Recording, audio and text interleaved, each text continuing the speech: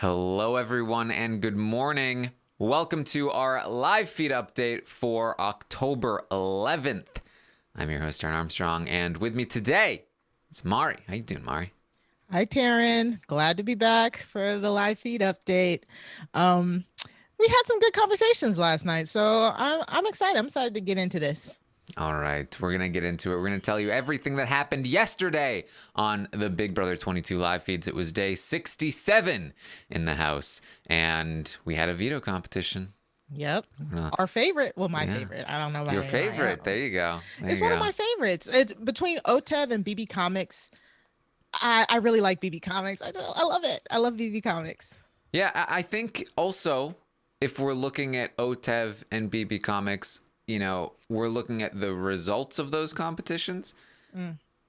OTEV is a little more like, in the favor of athletic people, yes. Yes. But like BB Comics in particular, BB Comics, anybody can win BB Comics. Yes, it takes so many skill sets, and I really enjoy that. Like the physical component, the mental, I love it. BB Comics is so fun. Yeah. All right. So let's get into it. We started the day with Christmas and Nicole. They had a conversation. Christmas is really trying to work on Nicole as much as possible to convince her to essentially save one of her or Memphis this week by allowing some kind of backdoor plan to come into play. And one of the methods that she's using is she's really harping on the jury chances that hey, if you go to the end with Cody, you won't win. She says we have to go to the end with each other, which is funny because this is exactly what Rob said, that they should pull a June and Allison, and this is exactly what happened with June and Allison, which is they said we can't win against anybody except each other, and then because of that, out of necessity, they ended up working together. It's really what Nicole and Christmas should do. Yeah. Whether or not they will is another story. Jokes on Christmas. Nicole doesn't care if she wins or not. Yeah, this is like if June was like, yeah, I probably could win against you, Allison. Yep. But Jack is just such a great guy, don't you think? And I'd rather him win if I can't. Yeah. I thought this conversation was really good. I think Christmas kind of lost it in a sense where she was still trying to push her and Memphis. She needs to just forget about Memphis right now, and she needs to just harp more on me and you, Nicole. This is our only shot. I know this is our only shot. Like I get you're saying, oh, Memphis has the worst chance out of the three boys, but Nicole doesn't care about that. Speak to her, game win equity with you. But other than that, like you were saying yesterday, Christmas made a lot of logical facts, and Nicole, if she really desired to win, should really be thinking about what she's saying. Yeah. Yeah. So, so Christmas has arguments for everyone. She says, Yeah. Look, the fact Memphis created the committee. He is the creator, the originator. That's going to give him a lot of credit in the jury. You can't take Memphis. Then you have Enzo. So well liked. Amazing social game. Perfect social game. Can't beat him. Cody is just unbeatable. You just can't even touch Cody in this game. All of these people, you cannot beat them. We have to take each other. And it does seem to get somewhere with Nicole, and also with like Christmas herself. After this conversation, they're both talking to the cameras after the conversation, like at the same time. And Nicole says, I've been undervaluing myself. I survived on the block against David. His Her great game move. Yeah, it's his first time playing. Okay, fine.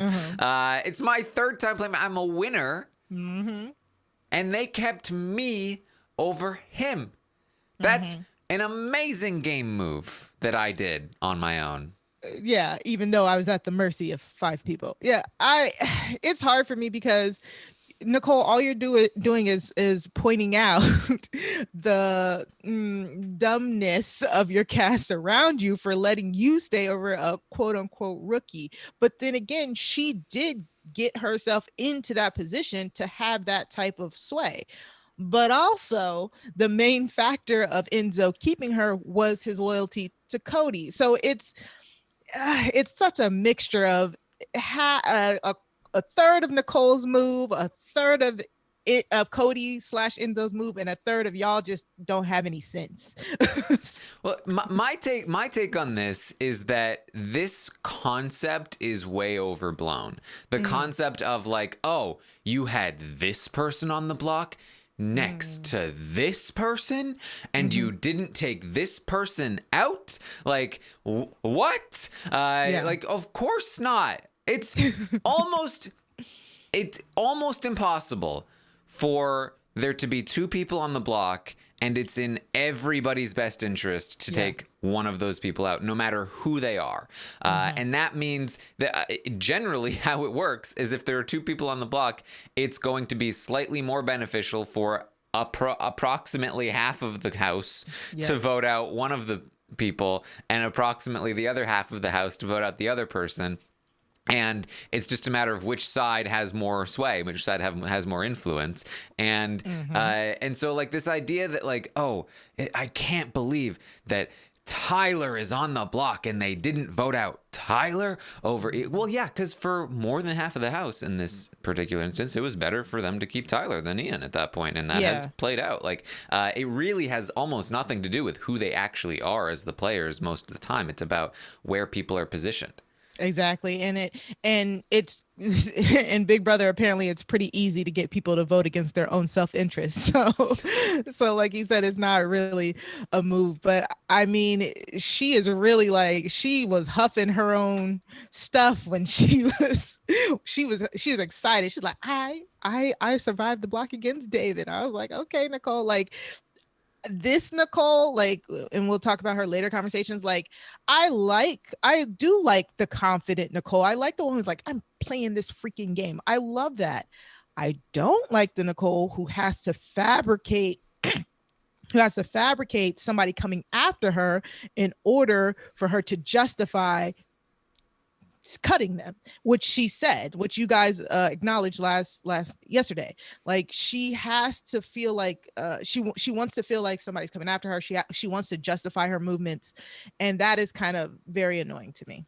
She is this combination of, again, like the very like paranoid, like I'm gonna get anybody that gets me, but then like as soon as she gets and like I don't even deserve to be, I just haven't done anything, I'm such a bad, nobody's gonna give me the win, and then she wins 2 competitions. It's like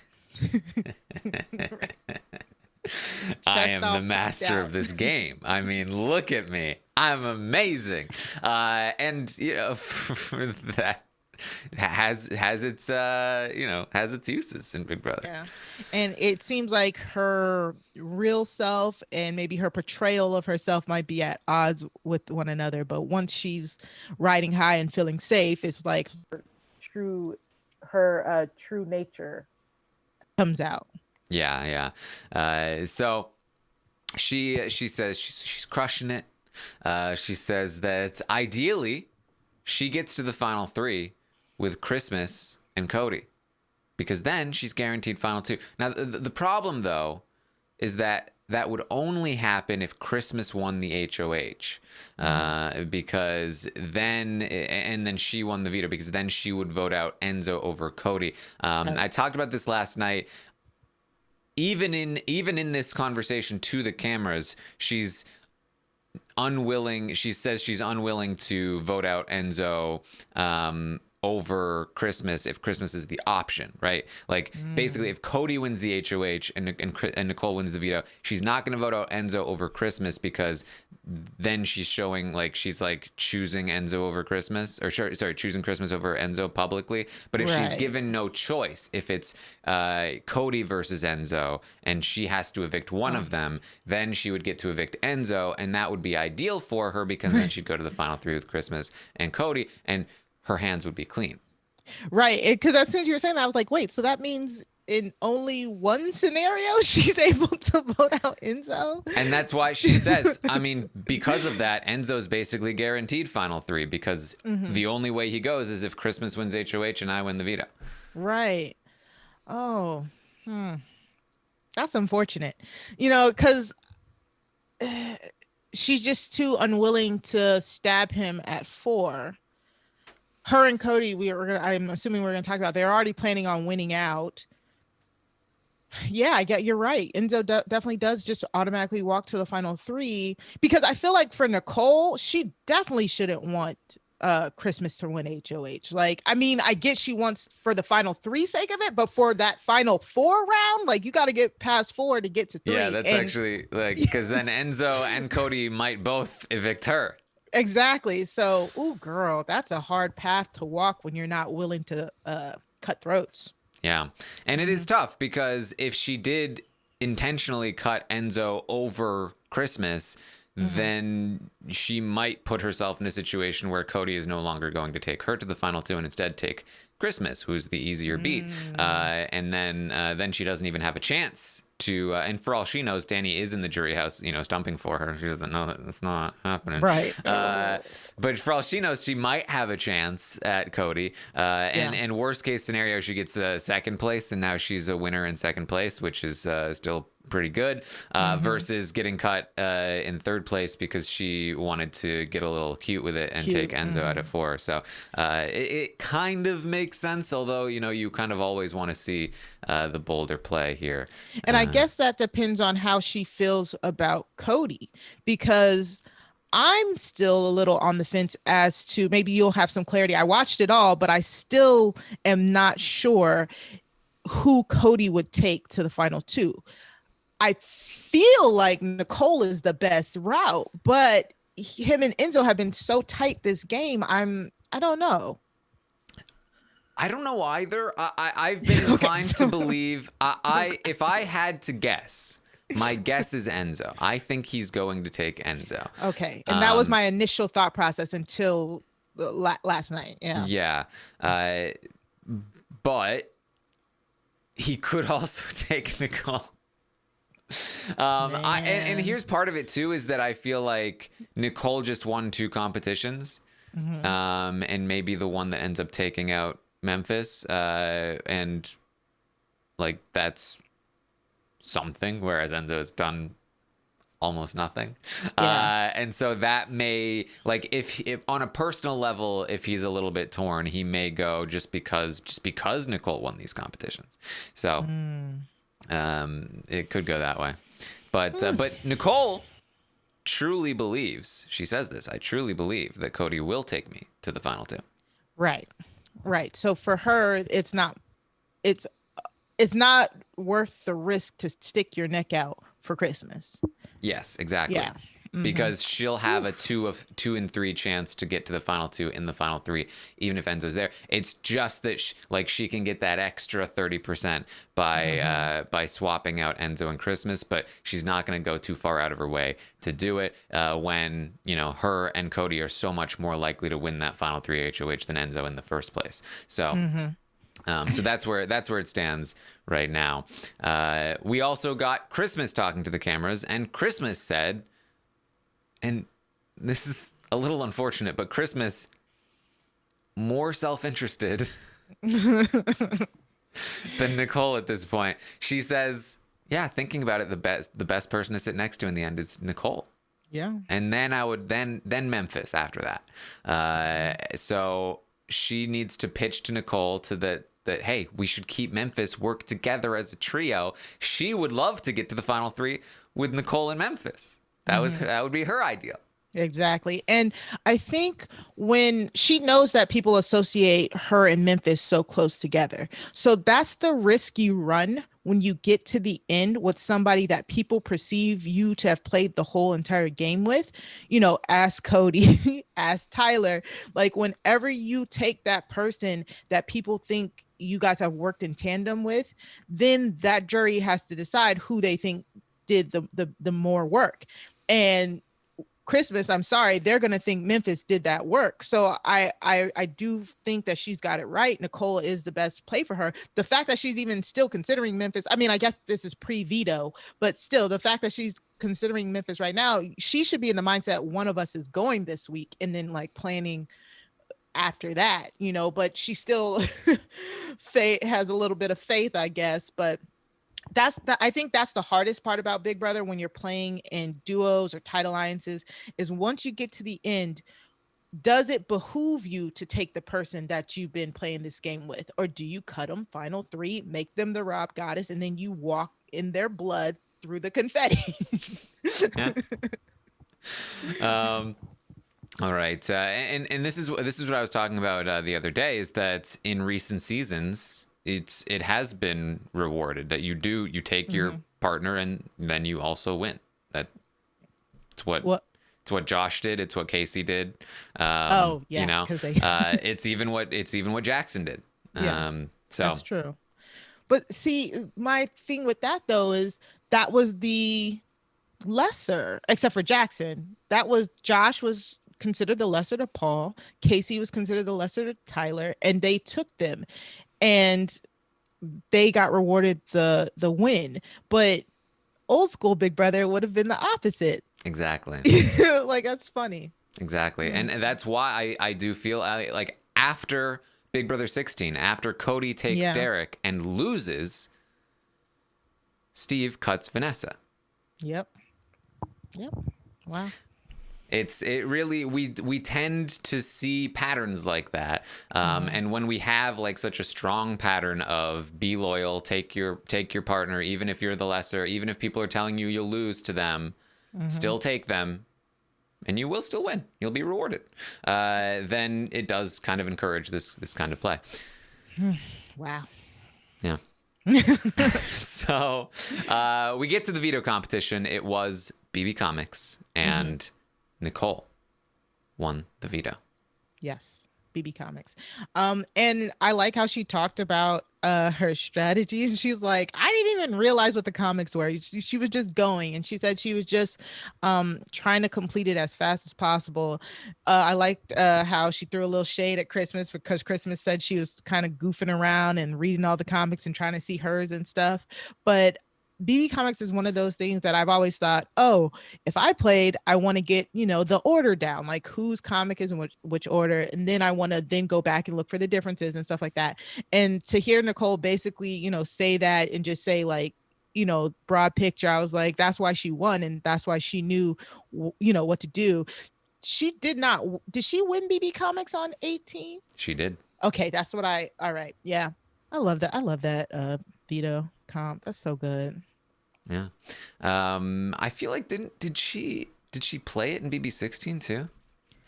I don't think she got that far, right? Wasn't she? I feel like I remember didn't they play it when Zach was on the block? They've been playing it later and later, so I can't even remember. Yeah. I don't remember. Maybe somebody remembers. I feel like I remember it when Zach was on the block, but I could be wrong. Yeah. And I'm maybe it was when Zach was on the block, but it was the second time Zach was on the block. Maybe that was it. Oh, there we go. She came in second. On BB16. Oh, so who won it on BB16? It was probably Christine. Ah. There you go. All right. Thank you, Chad. Christine, always one step ahead of Nicole. Wow. Well, I was happy. I mean, I like this trend of the HOHs winning the vetoes just keeps coming. What do you think about, I don't know if you have discussed it, but what do you think about going the BB Can route in? Did you say this? I can't remember. I've been on so many podcasts at this point about Big Brother. So do you agree that maybe BBUS should probably do the thing where the HOH doesn't play in veto? I don't know. I really don't see that it helps. The first time they implemented that rule in Big Brother Canada, we saw the most dominant competition performance we've ever seen, and even more so than Kevin and Dimitri's dominating in Big Brother Canada 5, Right. especially in the back end. We saw 3 people just win basically every single competition that season. Yeah. And then not even be targeted for it because it was never back to back, and it never really got into Right. people didn't even notice that it was only 3 people winning all the competitions. Right. So I really don't know that it really helps all that much. In fact, it might actually benefit some of the competition beasts because they are prevented from overdoing it and really making a big target of themselves. I remember you saying that and agreeing at the time. Now I'm just, because of BBUS's new approach to must win, or do what the HOH wants, or let's throw the veto to the HOH so we don't get blood on our hands type deal. It sounds a little bit more appealing, but I don't know. They need something to shake this up. Yeah, no, it was more 2 people than 3 people. And Big Brother Canada 7. Yeah. But yes, so look, it's certainly something to consider, but in terms of like actual results, I don't know if we've seen much of the results stem from that. So Yeah. after the veto, Christmas in Memphis talk. That they were Christmas is trying to come up with ideas for how they can both stay, but it's not gonna happen. They're still talking. In my head for just a second when I was talking about Big Brother Canada 7, I was like, I was thinking 3 people because 3 people dominated the game: Anthony, Dane, and Adam. And But then Anthony it took me a second never to won remember anything. that Anthony never actually won anything. It just seemed like he was HOH multiple times because he controlled people's HOHs. Somebody said Dane, Adam, and Dane again. Yeah. Like So legitimately, appropriate. like just like without thinking deep about it, I felt like Anthony had a bunch of wins. And I was like, that sounds right. Yeah. Because he Yeah. controlled so much.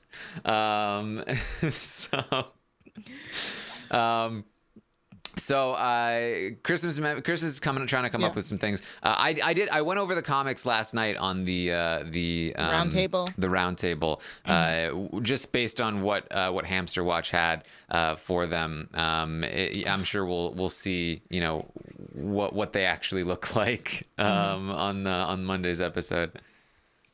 So this whole Memphis and Christmas saying that she's gonna try and get Nicole to take down one of them, to put up one of the boys or whatever, backdoor one of the boys. For a second, I felt like it was a good idea because Enzo and Cody at this point were still thinking about taking out Christmas.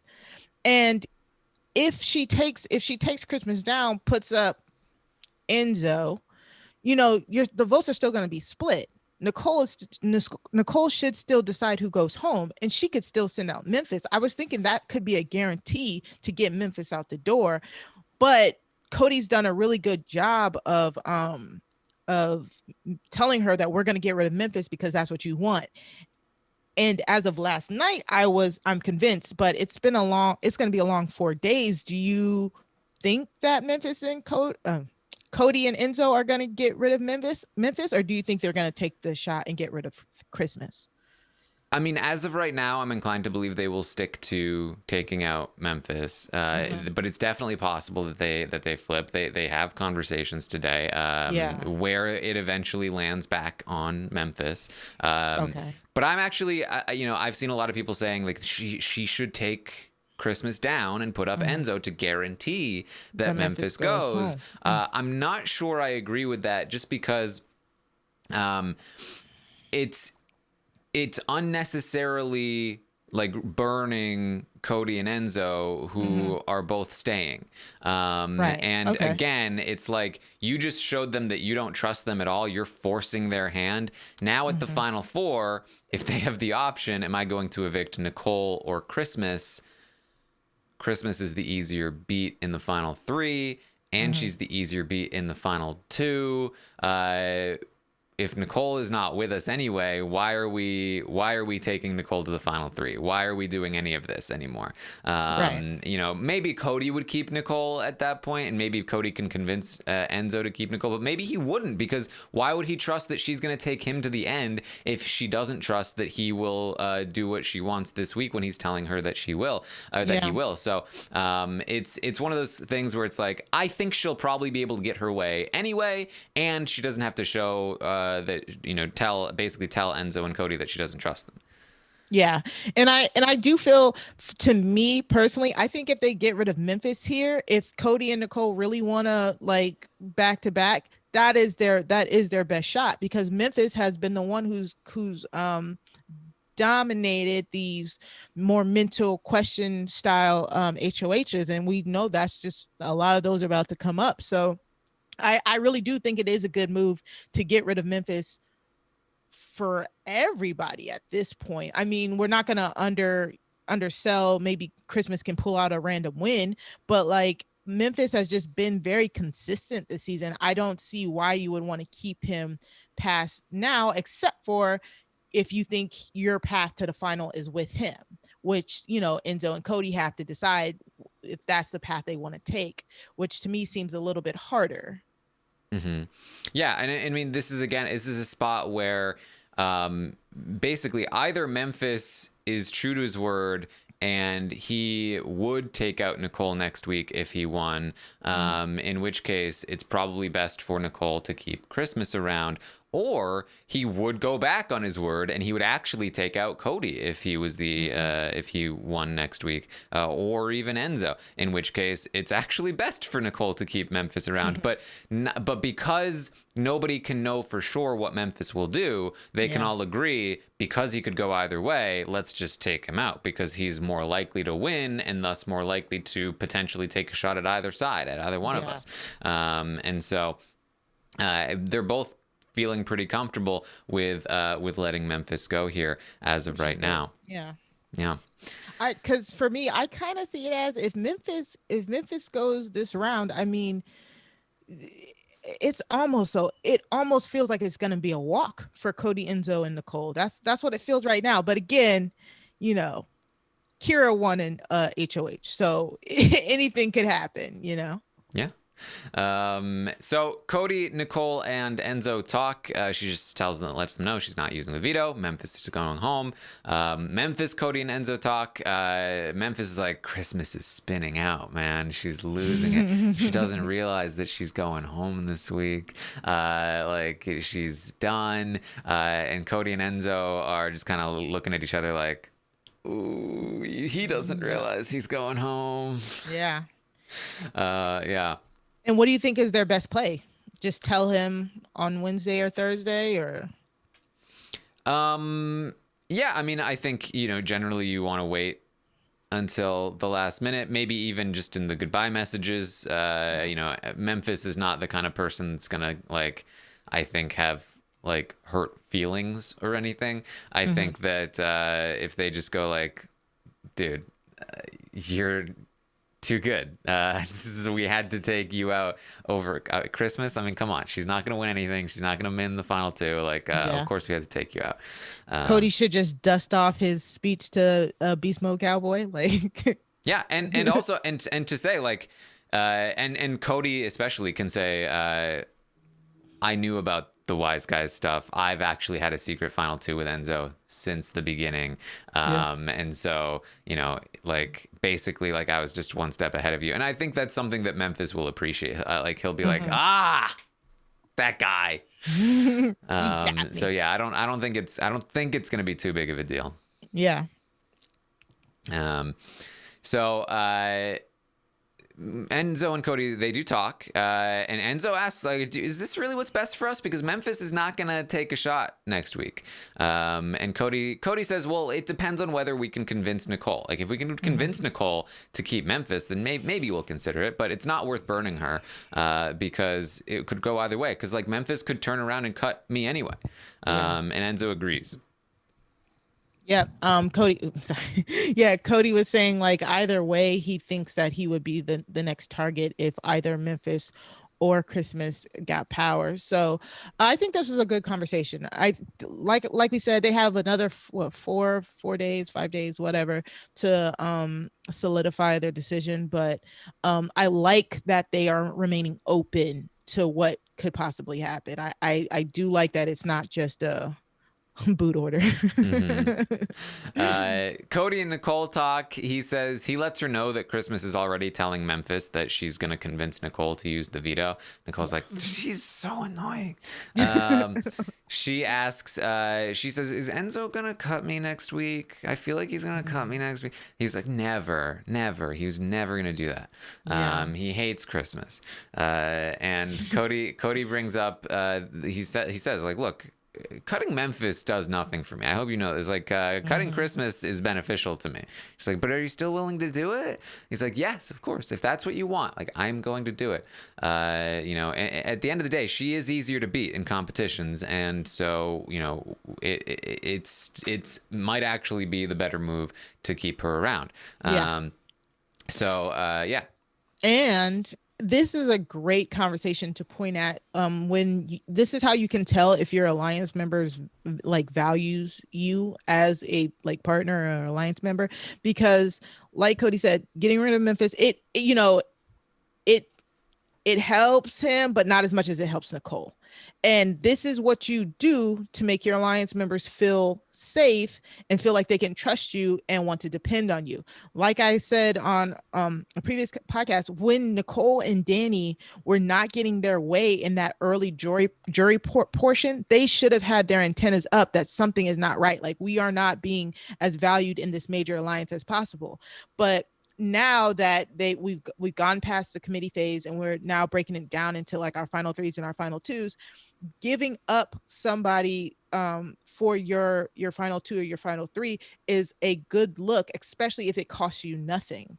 This was very masterful from Cody, because it just tells it makes him, it shows that he wants Nicole to trust him and wants to think that they are the final two. And like I said, I'm still like, I don't know. He's got me fooled. I don't know who he wants to sit next to, which means that both Nicole and Enzo are like, yes, I'm sitting next to him. So it's great gameplay right here. It's great gameplay. Yeah, and it really it's a vindication of the previous decisions Nicole has been forced to make in the season, that he basically, during the Ian week, during the other weeks, he was always the person saying, like, you haven't won anything though, like, Nicole, like if you don't win anything, to protect your pieces, like, your pieces are the ones that are going to go, and this is the way that it has to be.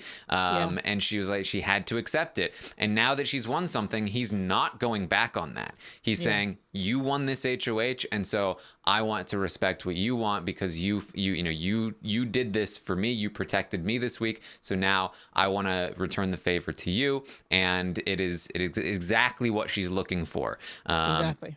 And so this is why she says to the cameras, I genuinely think that Cody is going to take me to the final two, whereas I have no idea.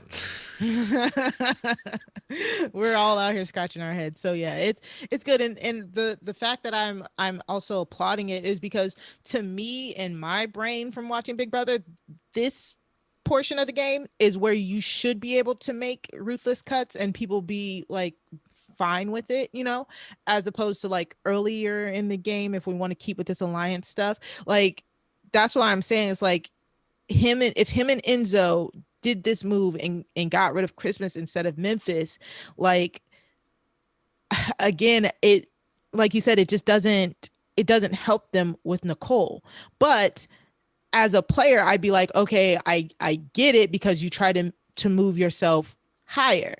But since you're quote unquote pretending to sacrifice Memphis for me, I feel better about it. So it's just, this is the part of the game that we love once, especially if there's a big alliance the whole time. This is the part where you have to think way more than one move, two move, three moves ahead. Yes, and Cody also makes sure to do a little work for Enzo as well, saying that it's best for us to keep Enzo to the final three because he's the least likely person to beat us. Like, he's basically saying, if it's you, me, and Enzo in the final three, he's never beating either of us. Like we have it locked. Like we are making it to the final two together. Like we've got it. It's locked in. All we need to do is get rid of Christmas next week and make sure that we're facing Enzo in the final three, because then we're guaranteed final two. We've locked it in, and we've made it. And can you believe the beginning of this game? Janelle and Kaser were warning people about us, Yeah. and we've made it this far. Like we're so close. We're about to get there, Nicole. Like let's keep focused. You were warned week 4. Like that conversation, they were really feeling their oats. And like I said, this is probably the most likable to me they've been all season, because again, I don't like skittishness. I don't like pretending you don't know what's going on. I don't like you stabbing people from the back as opposed to the front. So Nicole and Cody talking about how they're this close to the end, and we've been playing since day one, and we managed to hide our alliance from everybody. And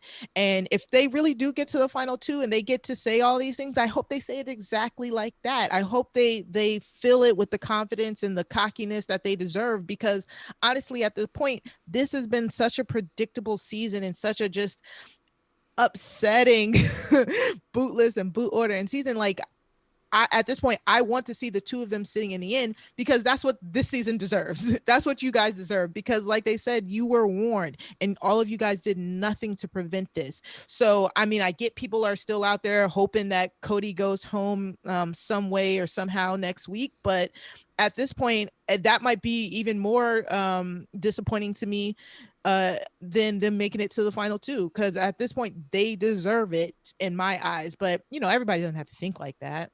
Yeah, and what I like about this pitch too, it's what Derek did.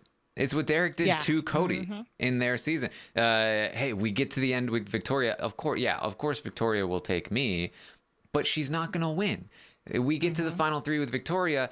Technically I'm in the better position. He never said it. He never said that. Yeah. But that was the sort of like implication that yes, Victoria might take me, but what he was very what he harped on was we get to the final three with Victoria, we've made it.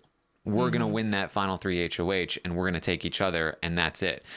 So you don't need to take like a Frankie or a Caleb or somebody that might take you over me. We can take Victoria just because we can beat her. And then by the time they get to final three, Derek has now guaranteed himself a seat in the final two, regardless of what happens. And Cody's using that same logic now on Nicole, and it's funny because we're talking about Cody now as the Derek, as the person that people might Cody themselves by taking him, and it really has been this sort of like full circle. Yes, very much a full circle here. Full circle. Yeah, that's what I wrote down when Nicole and Cody start talking about Derek's influence on the game. I was like, oh yeah, cue the internet, because she straight up said, she said Derek coached me for BB18,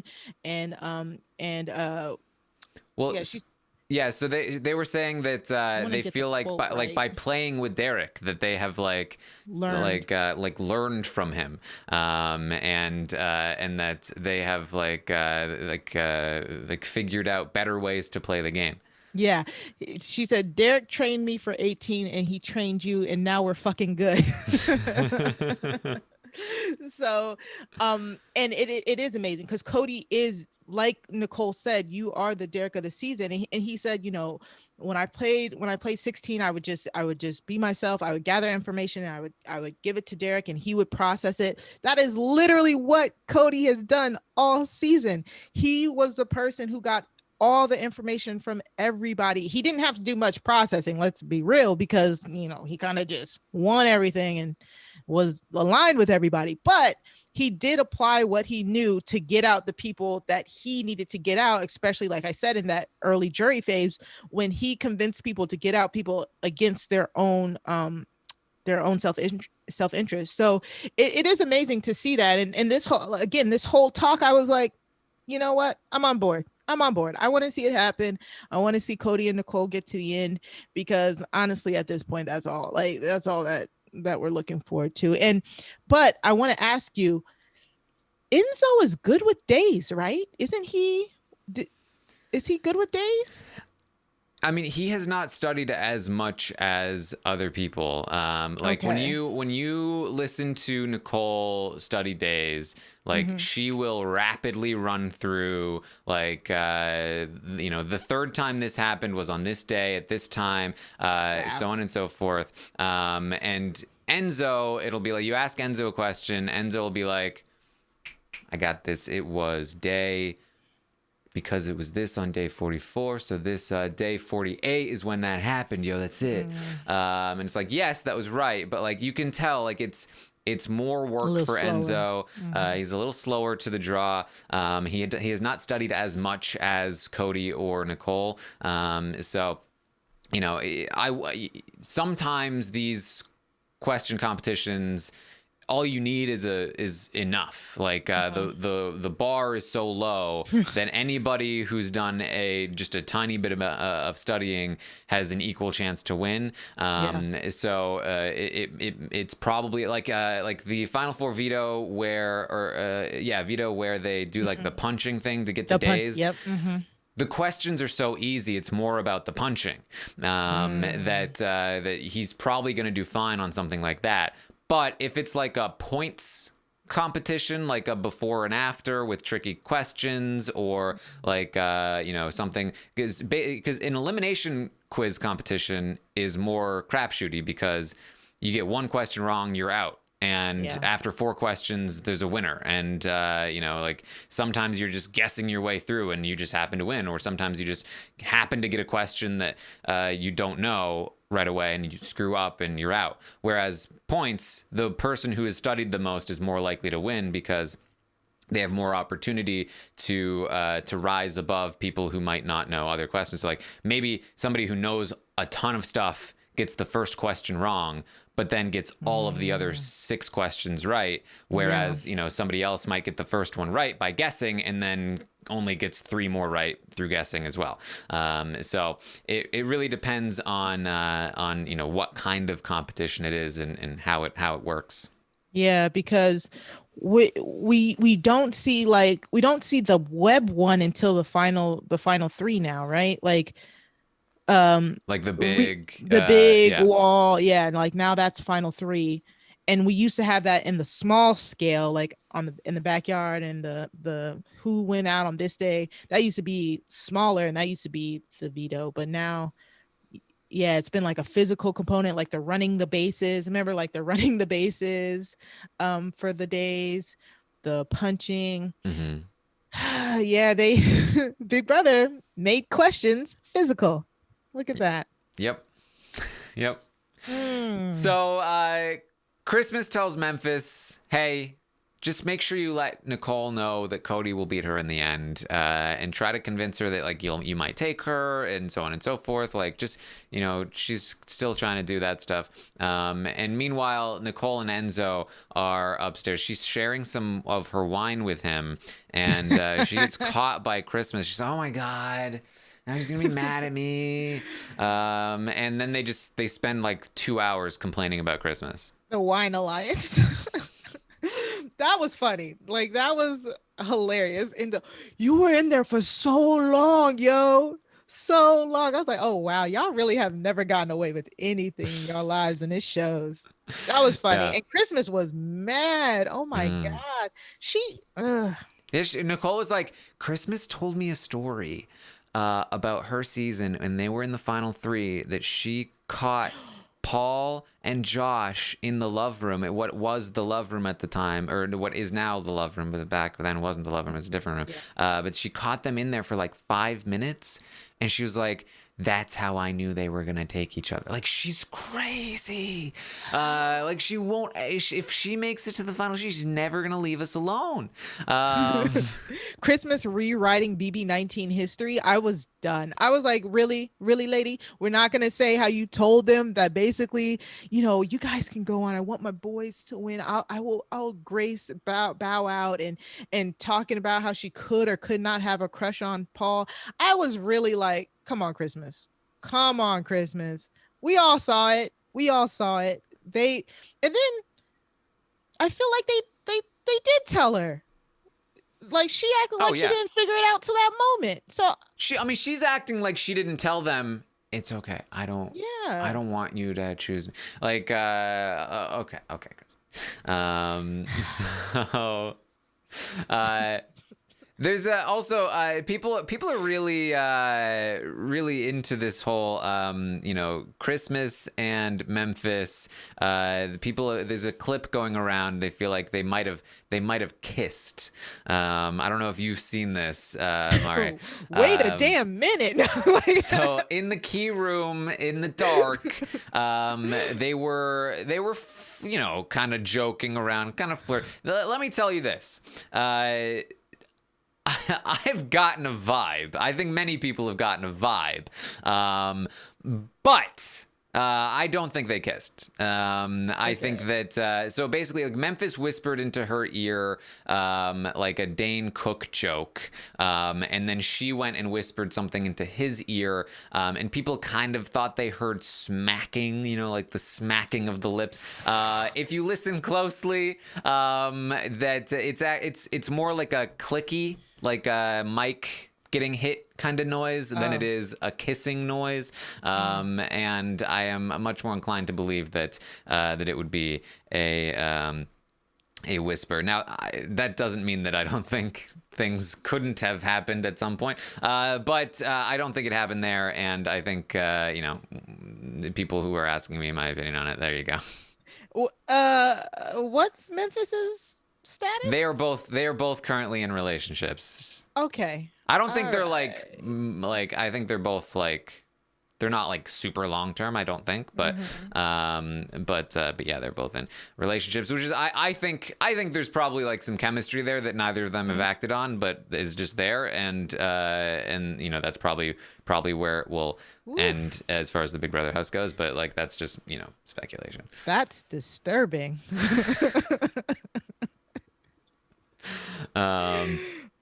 So yeah, that's my take on it, at least. No comment. You want me to do forensic investigation on I wouldn't wish that on anybody. Don't do that. It's okay. We don't need to know, y'all. We don't need to know. Yeah. All right. Well, that's what we have for you. Mari, anything else that you wanted to bring up? The only other thing I did like Nicole and Cody talking about basically how they made it to the end. They did a good job of fueling mini feuds. They put fire on those mini feuds. They talked about how Cody was talking about how he would tell Danny one thing and then say the same thing to Tyler to make sure that they were still gunning for each other. He was talking about how he would talk to Danny and tell Danny like, "Oh, Nicole, me and Nicole, we're not that close." It gave me a little bit more clarity as to why Danny was so snowed by Cody. Like I always knew, you always said that he tried to make sure that she felt like she was the glue between him and Nicole, but I didn't think that she like watching that jury segment from Thursday, she really thought she was the hook, the line, the sinker. She had no clue how close they were, and I was actually shocked at that because I thought she would have at least saw a little bit of it. But I think they just did a good job of fueling those mini feuds. If you don't have two big alliances to hide between, then making sure those personal feuds are front and center for people as opposed to making the direct strike at the alliance, that's such a good game move, especially like with Memphis and David. They did it a lot, so I thought that was interesting. Yeah, I mean, Cody just being able to completely snow Danny all season long, and just like that's one of his best moves all season is being able to really just control Danny. And it might give him 500K. Exactly, because not only did it provide a huge target to put in front of him and distraction in front of him, but it helped pull in numbers for him, and now will help him in the jury house as well. So definitely massive for him that he was able to pull one over on Danny so well. So. Wow, it was good. That was really good. And sorry, just for the jury segment. that segment was pretty funny. I wish we had a little bit more, but I was sitting there looking at, everybody go through their story, and then Danny says her last, and she's like, I'm so disappointed, and blah, blah, blah. I'm like, girl, look around. You are literally the reason that all of them are sitting there. Like, all you had to do was get rid of Tyler and Ian's spot in this. I really think this would have been a completely different game. I mean, granted, Honestly, the minorities. even if she takes out Tyler, I think she still goes in a similar spot. Like, she was still like, Christmas probably wins that HOH in the triple. She was right there. And then she still probably leaves. And even if Christmas doesn't win, like, somebody else went, like, she was like, she had nobody left in the house. Like, she probably will think of it as like, I should have got out Tyler. Tyler was my downfall. But like, the bottom line is, everybody left in that house was either coming for her or was going to let her leave. She was already drawn dead. Oh, for her, yeah, I don't care. But I'm talking about for Davon. I was like, you should have did a better move for Davon. Yes. No, but that's all I have. All right. Well, that's what we have for you today. Thank you so much for joining us. You can find me on Twitter at ArmstrongTaryn or on Twitch, twitch.tv/Taryn Armstrong. I will, of course, be back tomorrow morning at 11 a.m. Eastern to update you on everything that happens today on the Big Brother 22 live feeds.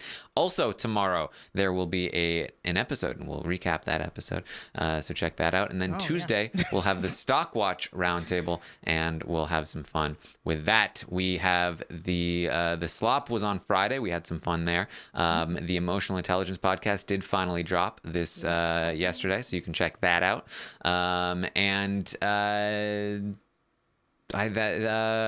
Check out Puya's Twitch later today. Among Us. Yes. Mari, where can people find you?